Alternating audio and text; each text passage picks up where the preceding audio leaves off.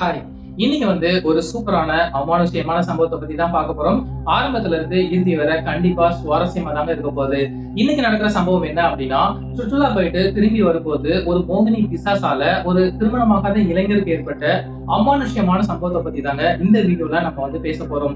இந்த சம்பவத்தை பாக்குறதுக்கு முன்னாடி நம்ம சேனல்ல உங்களுடைய வாழ்க்கையில நடந்த சம்பவங்கள் இல்ல உங்களுக்கு தெரிஞ்ச சம்பவங்கள் ஏதாச்சும் நம்ம சேனல்ல வீடியோவா வெளிவரணும் அப்படின்னு நீங்க நினைச்சீங்க அப்படின்னா கீழே தெரிகிற இந்த வாட்ஸ்அப் நம்பருக்கு நீங்க டைப் பண்ணி அனுப்பலாம், இல்ல வாய்ஸ் நோட்டாவும் அனுப்பலாம், இல்ல வாட்ஸ்அப் வேணாம் அப்படின்னு நினைச்சீங்க அப்படின்னா இங்க தெரிகிற இந்த சோசியல் மீடியா பிளாட்ஃபார்ம் வழியா நீங்க சென்ட் பண்ணலாம். இந்த மெயில் ஐடியுமே நீங்க குறிச்சு வச்சுக்கோங்க. அந்த மெயில் ஐடி மூலமாவும் நமக்கு சென்ட் பண்ணலாங்க. இப்போ வாங்க வீடியோக்குள்ள போலாம். நான் சொன்ன மாதிரி தாங்க இந்த சம்பவம் எங்க நடந்திருக்கு அப்படின்னா, சேலம் மாவட்டத்துக்கு அருகாமையில் இருக்கக்கூடிய ஒரு கிராமத்துல வசிக்கக்கூடிய ஒரு இளைஞருக்கு தாங்க ஏற்பட்டிருக்கு. அந்த இளைஞருடைய பேர் என்ன அப்படின்னா மூர்த்தி தாங்க. மூர்த்தியுடைய பேக்ரவுண்ட் பத்தி சொல்லணும் அப்படின்னா, அவருக்கு அப்பா கிடையாது, அம்மா மட்டும்தான். அப்பாவுடைய தொழில் என்ன அப்படின்னா விவசாயம் தாங்க. அந்த விவசாயத்தை தான் இவர் மூர்த்தி பார்த்துட்டு இருக்கிறாரு. அப்பா இருக்கும்போது நிறைய இடங்கள் வாங்கி வச்சிருக்கிறாங்க.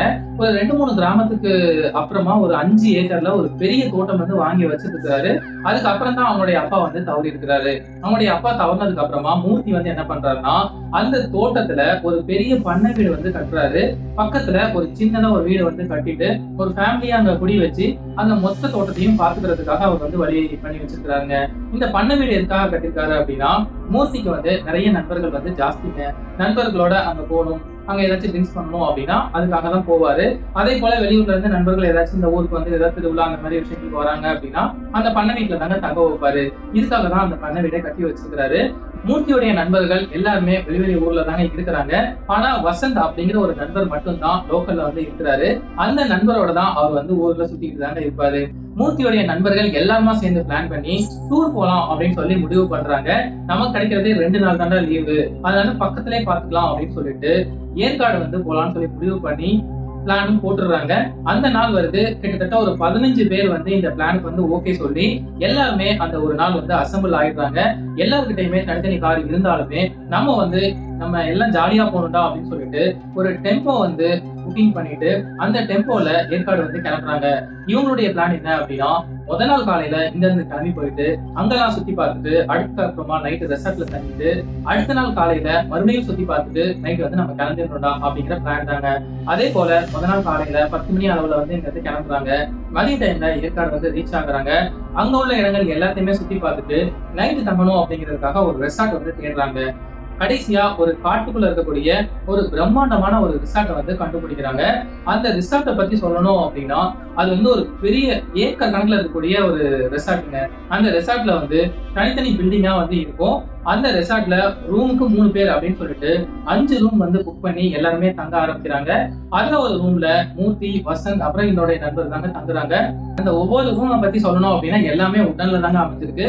கீழ இருந்து ஸ்டெப்ஸ்ல ஏறி மேல மாடியில இருக்கும். ஒவ்வொரு ரூமுக்கு முன்னாடியும் ஒரு பால்கனி இருக்குங்க. சோ இப்ப இந்த பால்கனில நின்று பார்த்தோம் அப்படின்னா அந்த ரெசார்ட்டோட ஹோல் வியூ அப்படியே தெரியுங்க.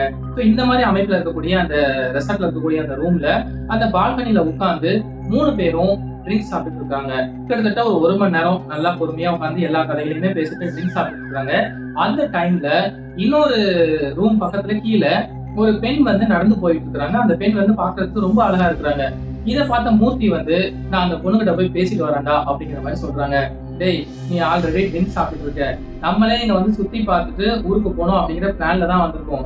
தேவையில்லாம நைட் நேரத்துல பிரச்சனை வேணாண்டா, ட்ரிங்க்ஸ் சாப்பிட்டியா கவர்மெண்ட் படுறா அப்படிங்கிற மாதிரி வசந்த் சொல்றாரு. ஆனா மூர்த்தி என்ன சொல்றாரு அப்படின்னா, டேய், நான் என்ன பண்ண போறேன், அந்த பொண்ணுகிட்ட என்ன பேருன்னு கேட்டுட்டு எங்க இருந்து வரீங்கன்னு கேட்டு தாண்டா வர போறேன், நான் போறேன்டா அப்படின்னு சொல்லிட்டு அவர் வேகமா அந்த ஸ்டெப்ஸ்ல கீழே வராரு. இந்த பொண்ணு நம்மளை பார்க்க தான் வரான் அப்படின்னு சொல்லிட்டு அப்படியே பின் நடக்க ஆரம்பிக்கிறாங்க. அப்படியே கொஞ்சம் தூரம் நடந்துகிட்டே இருக்கிறாங்க. இவரும் ஃபாலோ பண்ணி போயிட்டே இருக்கிறாரு. அந்த ரிசார்ட் நான் சொன்ன மாதிரி பெருசா அப்படிங்கிறதுனால கொஞ்சம் தூரம் அந்த லைட் வெளிச்சம் இருக்கு. அதுக்கப்புறம் கொஞ்சம் இருட்டா போகுதுங்க. அதுக்கப்புறம் அந்த கேட்ல லைட் வெளிச்சம் இருக்கு. அந்த இருட்டை நோக்கி போயிட்டு இருக்கிறாரு. இவரும் ஃபாலோ பண்ணி பின்னாடியே போயிட்டு இருக்கிறாரு. கொஞ்ச நேரம் கழிச்சு மூர்த்தி அலறி அடிச்சுக்கின்னு வேகமா ஓடி இவங்க தங்கி இருக்கிற ரூமோட கதவை ஓபன் பண்ணி டக்குன்னு க்ளோஸ் பண்ணிட்டு அந்த இடத்துல நின்று அப்படியே மூச்சு வாங்குறாரு. வேர்த்து ஊத்துது. கூட இருந்த நண்பர்கள் என்னடா ஆச்சு, அந்த பொண்ணை பேசுனியா இல்லையா, ஏன் இப்படி வேக்க ஓடி வந்திருக்க அப்படின்னு சொல்லி கேக்குறாங்க. அப்ப மூர்த்தி ஏதோ ஒரு பதட்டத்தோட, இல்லடா நான் அந்த பொண்ணை ஃபாலோ பண்ணி போய்கிட்டே இருந்தேன், கொஞ்ச தூரம் கழிச்சு இருட்டா இருந்துச்சு, அதுக்கப்புறம் பார்த்தா அந்த பொண்ணு வந்து காணும் மறந்தே போயிடுச்சுடா. அந்த இடத்துல வந்து கருப்பு நிறத்துல ஒரு பூனை வந்து இருந்துச்சு. அந்த பூனை வந்து என்ன பார்த்துக்கிட்டே இருந்துச்சு. அந்த இருட்டுல வந்து அதோட கண்கள் மட்டும் எனக்கு நல்லா தெரிஞ்சது. அதை பார்த்த உடனே நான் பயந்து ஓடி வந்துட்டேன்டா. சுத்தி முத்தி பார்த்தா அந்த பொண்ணை வந்து காணவே இல்லடா அப்படிங்கிற மாதிரி பதட்டத்துல வந்து சொல்றாரு. ஆனா கூட இருக்கக்கூடிய நண்பர்கள் என்ன சொல்றாங்க அப்படின்னா, ஒரு பூனையை பார்க்கவாடா நீ இவ்வளவு தூரம் ஓடுன அப்படிங்கிற மாதிரி கிண்டல் பண்ணிட்டு, சரி சரி படுத்து தூங்கு, நம்ம காலையில இன்னும் நிறைய இடத்துக்கு போகணும் அப்படிங்கிற மாதிரி சொல்லிடுறாங்க. அவரும் படுத்து தூங்குறாங்க. சரியா ஒரு 3 மணி இருக்கும். பெட்ஷீட்டை நல்லா கவர் பண்ணி தூங்கிட்டு இருக்காங்க. அப்போ இந்த பெட்ஷீட்டுக்கு மேல யாரோ ஒருத்தர் இவர் வந்து அப்படியே சுரண்டிட்டு இருக்கிற மாதிரி தெரியுது. என்னடா இது இந்த நேரத்துல நம்மள பெட்ஷீட்ல வந்து யாரா சொல்றா அப்படின்னு சொல்லிட்டு பெட்ஷீட் எப்படி விலக்கி பாக்குறாரு. அந்த இருட்டுல பார்த்த அதே கருப்பு பூனை வந்து இவருடைய பெட்ஷீட் மேல படுத்துன்னு சொல்லிட்டு இருக்குதுங்க. இதை பார்த்தோன்னே அவருக்கு பயங்கரமா அதிர்ச்சி ஆயிடுச்சு. மூர்த்திக்கு வந்து பொதுவாவே பெட் அப்படின்னா ரொம்ப ரொம்ப பயங்க. உடனே அந்த பெட்ஷீட்டை தூக்கி வச்சுட்டு ஐயோ அம்மா அப்படிங்கிற மாதிரி கத்துறாரு. பக்கத்துல இருக்கக்கூடிய நண்பர்கள் எல்லாருமே எழுந்து என்னடா ஆச்சு அப்படிங்கிற மாதிரி கேக்குறாங்க. இல்லடா நான் நல்லா போட்டு தூங்கிட்டு இருந்தேன், என் பக்கத்துலயே அந்த அந்த இருட்டுல பார்த்த பூனை வந்து என் பக்கத்துல வந்து படுத்துருக்குடா அப்படிங்கிற மாதிரி பதட்டத்திலே சொல்றாரு. ஆனா மறுபடியும் உங்களுடைய நண்பர்கள் வந்து என்ன சொல்றாங்க, பாருடா பூனை வந்து பெட் வர வந்துச்சாண்டா அப்படிங்கிற மாதிரி கிட்டலாம் சொல்லிட்டு அதையே நினைச்சிட்டு இருக்காதடா படுத்து தூங்குடா அப்படிங்கிற மாதிரி சொல்லிட்டு அவங்க தூங்கிடுறாங்க. அன்னையோட இரவு வந்து அப்படியே மூர்த்திக்கு வந்து ஒரு படபடப்பு, ஒரு பயம் அப்படியே தாங்க போகுது. அடுத்த நாள் காலையில எழுந்து எல்லாருமே ஃப்ரெஷ் அப் ஆயிட்டு ஏற்காடு முழுக்க சுத்தி பார்த்துட்டு நைட்டு ஒரு 7-8 மணி அந்த டைம்ல வந்து வீட்டுக்கு வந்து கிளம்புறாங்க. வீட்டுல அம்மா வந்து தனியா தான் இருக்கிறாங்க. நம்ம ஃப்ரெண்ட்ஸ் எல்லாம் கூட்டிட்டு போறோம் அப்படின்னா கண்டிப்பா அவங்க ட்ரிங்க்ஸ் பண்ணுவாங்க. ஸோ நல்லா இருக்காது, நம்ம பண்ண வீட்டுக்கு ஸ்ட்ரைட்டா போயிடலாம் அப்படின்னு சொல்லிட்டு பண்ண வீட்டுக்கு எல்லாருமே கிளம்புறாங்க. அங்க போயிட்டு அந்த டெம்போவை நிறுத்திட்டு எல்லா நண்பர்களும் அப்படியே உள்ள போறாங்க. பண்ண வீட்டுல ஆல்ரெடி ஒரு ஃபேமிலி இருக்குன்னு சொன்னேன் இல்லையா, ஸோ அவங்க கிட்ட நீங்க லக்கேஜ் எல்லாம் கொஞ்சம் உள்ள எடுத்து வச்சிருங்க அப்படிங்கிற மாதிரி சொல்றாங்க. அவரும் எல்லா லக்கேஜையும் உள்ள எடுத்து வச்சுட்டு கடைசியா மூர்த்தி கிட்ட வந்து பேசுறாருங்க. நீங்க வந்து பெட்னா ரொம்ப பயப்படுவீங்களே, இப்போ பெட்லாம் வளர்க்க ஆரம்பிச்சிட்டீங்க போலயே தம்பி அப்படிங்கிற மாதிரி கேக்குறாங்க. அதுக்கு மூர்த்தி வந்து என்னங்க சொல்றீங்க அப்படிங்கிற மாதிரி கேக்குறாரு. இல்லங்க நான் லக்கேஜ் எல்லாம் இறக்கும் போது கடைசியா ஒரு கருப்பு கலர்ல ஒரு பூனை வந்து அப்படியே எகிரி குதிச்சு இந்த சைடா போச்சுங்க, அதான் கேட்டேன் அப்படிங்கிற மாதிரி கேட்கிறாரு. என்னங்க சொல்றீங்க, நான் அப்படிலாம் எதுவும் வளர்க்கலையே, எங்கங்க பாத்தீங்க அப்படிங்கிற மாதிரி பயங்கர பதட்டமாயிருக்காரு. உடனே அந்த பண்ண வீட்டுல இருக்கிறவர் என்ன சொல்றாருன்னா, இல்லங்க நீங்க இருந்த இடம் வந்து ரெசார்ட்ல இருந்து வந்திருக்கீங்க, காட்டு பகுதியில இருந்ததுனால சரி ஏதோ தெரியாம பூனை கூட உள்ள ஏறி வந்து உட்காந்துப்போ நீங்க வந்து ரிலாக்ஸா தூங்குங்க ஃபர்ஸ்ட், நம்ம காலையில பேசிக்கலாம் அப்படிங்கிற மாதிரி சொல்றாங்க. அடுத்த நாள் காலையில எல்லா நண்பர்களும் இருந்து கிளம்பி போயிடுறாங்க. அதுக்கப்புறமா ஒரு 3 நாள் கழிச்சு ஊர்ல லோக்கல்ல வசந்த் அப்படிங்கிற ஒரு நண்பர் இருக்காரு இல்லையா, சோ அந்த நண்பரை கூப்பிட்டு பண்ணை வீட்டுக்கு போயிட்டு ட்ரிங்க்ஸ் சாப்பிடலாம் அப்படிங்கிற மாதிரி போறாரு. அங்க உட்காந்து அவங்க வந்து இந்த சுற்றுலா பத்தி நிறைய விஷயங்கள் பேசிட்டு அப்படியே ட்ரிங்க்ஸ் சாப்பிட்டு இருக்காங்க. தோராயமா ஒரு 10 மணி இருக்கும். அந்த டைம் தான் அவங்க வந்து அந்த வீட்டுல இருந்து ட்ரிங்க்ஸ் சாப்பிட்டு இருக்காங்க. கால் லைட் மட்டும் தான் இருக்கு. வாசல்ல டிம்மான ஒரு லைட் வந்து இருக்கு. கதவு ஓப்பன்ல தான் இருக்கு. மற்றபடி இந்த பண்ணை வீட்டுல இருந்து அந்த அந்த தோட்டத்துல இருக்கிறவங்களுடைய வீடு வந்து கொஞ்சம் டிஸ்டன்ஸ்ல தாங்க இருக்குது. இவங்க நைட் உட்காந்து அப்படியே ட்ரிங்க்ஸ் சாப்பிட்டு ஏதோ பேசிட்டு இருக்காங்க. கொஞ்ச நேரம் கழிச்சு அந்த மூர்த்தி வந்து ட்ரிங்க்ஸ் சாப்பிட்டு அப்படி வாசல்ல பாக்குறாரு. வாசல்ல தத்ரூபமா ஒரு பெண் உருவம் வந்து அந்த இடத்துல உட்கார்ந்து இவரையே போக்கஸ் பண்ணி பாத்துட்டு இருக்குங்க. அது டிம்மான லைட் அப்படிங்கிறதுனால அது பெண் உருவம் அப்படிங்கிறது நல்லாவே தெரியுது. இவரை பார்த்துட்டு இருக்கு அப்படிங்கிறதும் நல்லாவே தெரியுதுங்க. உடனே வசந்த் கிட்ட டேய் அங்க பாடுற வாசல்ல ஒரு பொண்ணு வந்து உட்கார்ந்து இருக்கடா அப்படிங்கிற மாதிரி சொல்றாருங்க. உடனே வசந்த் வந்து திரும்பி பார்த்துட்டு அந்த இடத்துல பாக்குறாரு. வந்து அந்த இடத்துல ஒரு பூனை இருக்கிற மாதிரி தானே தெரியுது. டேய் நல்லா பாடுறா, அது வந்து பூனைடா, என்னடா உனக்கு ஏறி போச்சா அப்படிங்கிற மாதிரி கேட்கிறாரு. இல்லைங்க அவரும் கண்ணை தொடச்சு என்னெல்லாமோ மூர்த்தி பாக்குறாரு. ஒரு பெண்ணுடைய உருவம் தான் இவர் கணக்கு தெரியுது. வசந்துக்கு பூனையோட உருவம் தானே தெரியுது. உடனே இதை நம்ம கன்ஃபார்ம் பண்ணியே ஆகணும் அப்படின்னு சொல்லிட்டு பக்கத்துல இருக்கிற ஒரு விஷயத்துக்கு ஒரு பொருளை எடுத்து அப்படியே அந்த வாசல்ல வந்து எரியிறாரு. மியாவ் அப்படின்னு கத்திட்டு வேகமா ஓடி இருக்குங்க. அப்படியே மறுபடியும் அவருக்கு வந்து பதட்டம் அதிகமாகுது. என்னடா இது, நம்ம அங்க ரெசார்ட்ல பார்த்த பூனை வந்து நம்மளை இப்படி பின்தொடர்ந்து வருது, இதுல ஏதாச்சும் ஒரு விஷயம் இருக்குமே அப்படின்னு சொல்லி யோசிச்சுக்கிட்டே இருக்கிறாரு. அன்னைக்கு நைட்டு அந்த பண்ணை வீட்லயே தங்கிட்டு அடுத்த நாள் வந்து வீட்டுல தான் வந்து தூங்குறாரு.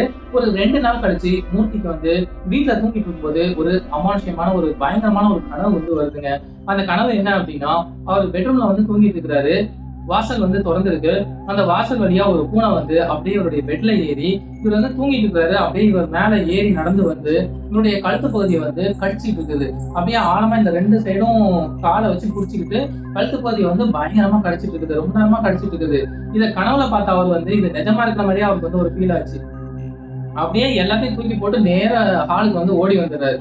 அப்புறம் அவங்க அம்மா வந்து அந்த இடத்துல உட்கார்ந்துருக்காங்க. அம்மா கிட்ட வந்து எல்லா விஷயத்தையுமே சொல்லிடுறாரு. இதுக்கு மேல மறைக்க கூடாது, கண்டிப்பா ஏதோ ஒரு விஷயம் இருக்கு அப்படின்னு சொல்லிட்டு. அவங்களுடைய அம்மா வந்து ஆன்மீகத்துல வந்து ரொம்ப பக்தி வந்து ஜாஸ்தி. ஸோ பையன் வந்து இந்த மாதிரி ஒரு கெட்ட கனவு கண்டுட்டான், ஸோ இந்த மாதிரி விஷயங்கள் பின்தொடருது அப்படின்னா ஏதோ ஒரு விஷயம் இருக்கு அப்படிங்கிறது அவங்களுக்கு வந்து புரிஞ்சிருச்சு. பையன்கிட்ட சொன்னா ரொம்ப பயந்துருவோம், அதனால அவங்க பையன்கிட்ட சொல்லக்கூடாது அப்படின்னு சொல்லிட்டு அடுத்த நாள் என்ன பண்றாங்க, அவங்க பக்கத்துல குறி சொல்ற இடத்துக்கு போயிட்டு பையனை பத்தி இந்த விஷயத்தெல்லாம் சொல்றாங்க. அவங்க ஒரு சில பரிகாரங்கள்லாம் சொல்றாங்க. இந்த பரிகாரத்தெல்லாம் நம்ம பையன்கிட்ட சொன்னோம் அப்படின்னா பையன் வந்து இன்னும் பயந்துருவான். அதனால அவங்ககிட்ட எதுவுமே சொல்ல தேவையில்ல அப்படின்னு சொல்லிட்டு வாடா பண்ண வீட்டுக்கு போனோம், ஒரு சில விஷயங்கள்லாம் அங்க பண்ண வேண்டி இருக்கு, என்னை கூட்டின்னு போடா பண்ண வீட்டுக்கு அப்படிங்கிற மாதிரி சொல்றாங்க. என்னம்மா சொல்ற, எதுவுமே இல்லைன்னு என்கிட்ட சொன்னியம்மா, இப்ப பண்ண வீட்டுல ஏதோ பண்ணணும்ன்றியே, எனக்கு ஒண்ணுமே புரியலமா, எனக்கு தலையே வலிக்குது, சரி வா அப்படிங்கிற மாதிரி கூப்பிட்டு பண்ண வீட்டுக்கு வந்து அம்மா வந்து கூட்டிட்டு போறான். அங்க போன உடனே மூர்த்தியை வந்து நீ உள்ள வீட்டுக்குள்ள போப்பா அப்படின்னு சொல்லிட்டு அம்மா வந்து என்ன பண்றாங்க, அப்படியே இறங்கி போயிட்டு அங்க குடியிருக்கிறாங்க இல்லையா, சோ அவங்ககிட்ட வந்து விஷயத்த வந்து சொல்றாங்க. ஆக்சுவலா அந்த குறி சொன்ன இடத்துல என்ன சொல்லியிருக்காங்க அப்படின்னா, தம்பி வந்து பண்ண வீட்டுக்கு தான் ஃபர்ஸ்ட் வந்து உள்ள வந்திருக்காரு, சோ அங்கதான் அந்த விஷயங்கள் வந்து என்டர் ஆயிருக்கும். அதனால உங்க வீட்டுல இருக்கக்கூடிய திரிசூலத்தை எடுத்து பண்ண வீட்டு முன்னாடி வச்சு கிழக்கு பக்கமா வச்சு அதுல வந்து ஒரு விளக்கு, அந்த விளக்கு வந்து அணையாம இருக்கிற மாதிரி ஒரு சுத்தி ஒரு சவுறு மாதிரி கட்டிடுங்க. அந்த விளக்கு வந்து நீங்கனாலும் விளக்கு ஏத்தலாம், இல்ல அந்த தோட்டத்துல இருக்கிறவங்க யாரு வேணா விளக்கு ஏத்தலாம், அந்த விளக்கு வந்து எரிஞ்சுட்டே இருக்கணும் அப்படிங்கிற மாதிரி சொல்லியிருக்காங்க. சோ இந்த ஒரு விஷயத்தை தான் இந்த அம்மா வந்து அந்த பண்ணை வீட்டுல இருக்கவங்க வந்து எக்ஸ்பிளைன் பண்ணிட்டு அப்படியே திரும்பி வராங்க. அப்படி திரும்பி வரும்போது அந்த மூர்த்தி இருக்காரு இல்லையா, அந்த பண்ணை வீட்டோட வாசல்ல உட்கார்ந்துருக்காரு. அந்த அம்மா வந்து பண்ணை வீட்டுல இருந்து திரும்பி வராங்க. அந்த டைம்ல அந்த அம்மாவுக்கு முன்னாடி அந்த பூனை வந்து கிராஸ் ஆகுது. இவர் கனவுல பார்த்த பூனை, நேர்ல பார்த்த பூனை, அதே பூனை தாங்க கிராஸ் ஆகுது. இதை பார்த்தோன்னே அந்த அம்மாவுக்கு வந்து விஷயம் வந்து தெரிஞ்சிருச்சு. இது வந்து ரொம்ப எக்ஸ்ட்ரீமா போயிடுச்சு போல, பூனை வேற குறுக்க போயிடுச்சு, அபசகுணமா இருக்கு, அதனால இன்னைக்கு வந்து நம்ம இந்த விஷயம் பண்ணோம் அப்படின்னா கண்டிப்பா விளங்கவே விளங்காது, அதனால நாளைக்கு பண்ணிக்கலாம்டா, பூனை வேற குறுக்க போயிடுச்சு, வாடா வீட்டுக்கு போலாம் அப்படிங்கிற மாதிரி சொல்றாங்க. நாளைக்கு வந்து கண்டிப்பா இதை பண்ணியே ஆகும் அப்படிங்கிற மாதிரி சொல்லிட்டு அவங்க வந்து கிளம்பி போயிடுறாங்க. அன்னைக்கு நைட்டு ஒரு அதிர்ச்சியான சம்பவம் நடக்க போகுது அப்படிங்கிறது யாருக்குமே தெரியாதுங்க. அன்னைக்கு நைட்டு வீட்டுல வந்து தூங்கிட்டு இருக்கிறாங்க. அடுத்த நாள் காலையில மூர்த்தி வந்து ரொம்ப நேரமா தூங்கிட்டு இருக்காரு. எப்பவுமே காலையில மூர்த்தியுடைய அம்மா தாங்க வந்து எழுப்புவாரு. ஆனா அன்னைக்கு வந்து எழுப்பவே இல்லை. என்னடா ஆச்சு, அம்மாக்கு எதுவும் உடம்பு சரியில்லையா அப்படின்னு சொல்லிட்டு நேரம் கதை ஓபன் பண்ணி உள்ள போய் பாக்குறாரு. அம்மா வந்து நைட்டு எப்படி சொல்லிட்டு அவங்க போய் படுத்தாங்களோ அந்த படுத்த படுக்கையிலே அவங்க வந்து தவறிட்டாங்க. இதை பார்த்தோன்னா அவருக்கு பயங்கரமான இருந்துச்சு, கதறி அழுகுறாரு. அவங்க வந்து பெரிய செல்வந்தர் வீடு அப்படின்னு சொன்னோம் இல்லையா, சோ அம்மாவுடைய உடம்ப வந்து ஃப்ரீசர் பாக்ஸ்ல வச்சு சொந்த பந்தங்கள் எல்லாரும் வந்ததுக்கு அப்புறமா அவங்க மாலை போட்டு எல்லாருமே அவங்க வந்து அஞ்சலி செலுத்துறாங்க. அதுக்கப்புறமா மாலை நேரத்துல இறுதி சடங்கு செய்யணும் அப்படின்னு சொல்லிட்டு சுடுகாட்டுக்கு வந்து எடுத்துட்டு போறாங்க. அந்த மாலை ஒவ்வொன்றா கழட்டி எடுத்து பக்கத்துல வைக்கிறாங்க. அப்போ மூர்த்தி வந்து தன்னுடைய அம்மாவுடைய கழுத்தை பாக்குறாரு. அந்த மாலையெல்லாம் எடுத்ததுக்கு அப்புறமா அந்த இவருடைய கனவுல வந்து அந்த பூனை வந்து கழுத்தெல்லாம் கடிக்கிற மாதிரி இருந்துச்சு இல்லையா, சோ அம்மாவுடைய கழுத்துல வந்து அந்த பூனையுடைய கீறல்கள் மாதிரி இருக்கு, ஏதோ ஒரு மிருகம் வந்து கழுத்தை பராங்கிற மாதிரி இருக்கு. சோ இந்த விஷயத்த வந்து நம்ம இப்ப சொல்லிட்டோம் அப்படின்னா சொந்த பந்தம் ஏதாச்சும் நினைச்சுப்பாங்க, அதனால வேணாம் அப்படின்னு சொல்லிட்டு ஒரு பயத்தோடையும் ஒரு படபடப்போடையும் அந்த உடலை வந்து அடக்கம் பண்ணி முடிச்சிருக்காங்க. அதுக்கப்புறமா ஒரு 2-3 நாளைக்கு இவருடைய வேலைகளை வந்து பார்க்க ஆரம்பிச்சிருக்காரு. அதுக்கப்புறமா இப்போ இவர் வந்து தனியா தாங்க இருக்கிறாரு. வீட்டுக்கு சமைக்கிறதுக்கு அப்படின்னு சொல்லிட்டு ஒரு ஆளை அமர்த்தி சமைச்சு கொடுத்துட்டு போயிடுவாங்க. இவர் வந்து சாப்பிட்டு மற்ற ஒர்க்கெல்லாம் பார்க்க ஆரம்பிப்பாரு. இப்படியே வாடிக்கையா நடந்துட்டு இருக்குதுங்க. அன்னையில இருந்து கொஞ்ச நாளைக்கு வந்து இவருடைய கனவுல வந்து அதே போலதாங்க ஒரு பூனை வருது.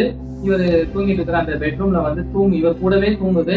அதுக்கப்புறமா காலையில எழுந்துக்கிறதுக்கு முன்னாடி எழுந்து வெளில போயிருது. இந்த ஒரு விஷயம் இவருடைய கனவுல வந்து அடிக்கடி வந்துகிட்டே இருக்கு. ஆனா இதுக்கு பின்னாடி ஒரு ட்விஸ்டான சம்பவம் வந்து இருக்குங்க. கொஞ்ச நாள் கழிச்சு இவங்க அம்மாவுடைய தம்பி தாய்மாமா இருக்காரு இல்லையா, அவர் வந்து பக்கத்து ஒரு 2-3 ஊர் தள்ளி இருக்கிறாரு. சரி நம்ம அக்கா பையனாச்சே, ஏதாச்சும் பொண்ணு பார்த்து நம்ம கல்யாணம் பண்ணி வைக்கலாம் அப்படிங்கிற மாதிரி சொல்லிட்டு அவர் வந்து மூர்த்தியோட வீட்டுக்கு வந்து வராருங்க. 2 நாள் ஒரு 3 நாள் தங்கி நம்ம இந்த வேலையெல்லாம் முடிக்க முடியுதான்னு பார்க்கலாம் அப்படின்னு சொல்லிட்டு தங்குறதுக்காக வராரு. தங்குறாரு. ஒரு 2 நாள் பொண்ணு போய் பாக்குறாங்க, எதுவுமே வரன் வந்து சரியா அமையல. 3ஆவது நாள் என்ன சொல்றாரு அப்படின்னா, நான் காலையில எழுந்து ஊருக்கு போகணும்டா, அதனால நீ வந்து நான் ஒரு 5 மணிக்கா நான் எழுப்புறேன், நீ வந்து என்ன பஸ் ஸ்டாண்ட்ல மட்டும் கொண்டு போய் விட்டுரு அப்படிங்கிற மாதிரி சொல்றாங்க. சரி ஓகே அப்படின்னு சொல்லிட்டு மூர்த்தி வந்து அவருடைய ரூம்ல போய் தூங்க போறாரு. தாய்மாமா வந்து ஹால்ல வந்து படுத்து தூங்கிட்டு இருக்கிறாரு. சரியா 1 மணி இருக்கும். மூர்த்தியோட ரூம்ல இருந்து ஒரு பெண்ணுடைய அழுகுரல் வந்து கேக்குது. ஏதோ ஒரு முணுமுணுக்கிற மாதிரி ஒரு வித்தியாசமான சத்தங்கள்லாம் கேக்குது. என்னடா இது, நம்ம மாப்பிள்ள ரூம்ல இருந்து சத்தம் கேக்குது, என்னவா இருக்கும் அப்படின்னு சொல்லிட்டு அந்த கதவை வந்து லைட்டா ஓபன் பண்ணி பாக்காரு. அவர் வாழ்நாள்லே பார்க்க கூடாத ஒரு சம்பவங்க. அதாவது மூர்த்தியோட பெட்ல வந்து அந்த பூனை வந்து உட்கார்ந்துருக்கு. கொஞ்ச நேரம் அது வந்து பூனையா இருக்கு, கொஞ்ச நேரம் தத்ரூபமா ஒரு பெண்ணுடைய உருவமா இருக்கு. அந்த பெண் வந்து அந்த மூர்த்தியோட மேல வந்து உட்கார்ந்து இருக்கு. இந்த விஷயத்தெல்லாம் பார்த்தோன்னே அவர் வந்து கதி கலங்கி போயிட்டாரு. அப்படியே வேர்த்து ஊத்த ஆரம்பிச்சிருச்சு. பயத்துல என்ன பண்றதுன்னு தெரியாம அன்னைக்கு நைட்டு முழுக்க அவர் தூங்கவே இல்லை. காலையில ஒரு 6 மணி 7 மணி வரை அந்த தூங்காம அவர் வீட்டோட வாசல்லே போய் உட்கார்ந்துருக்கிறாரு.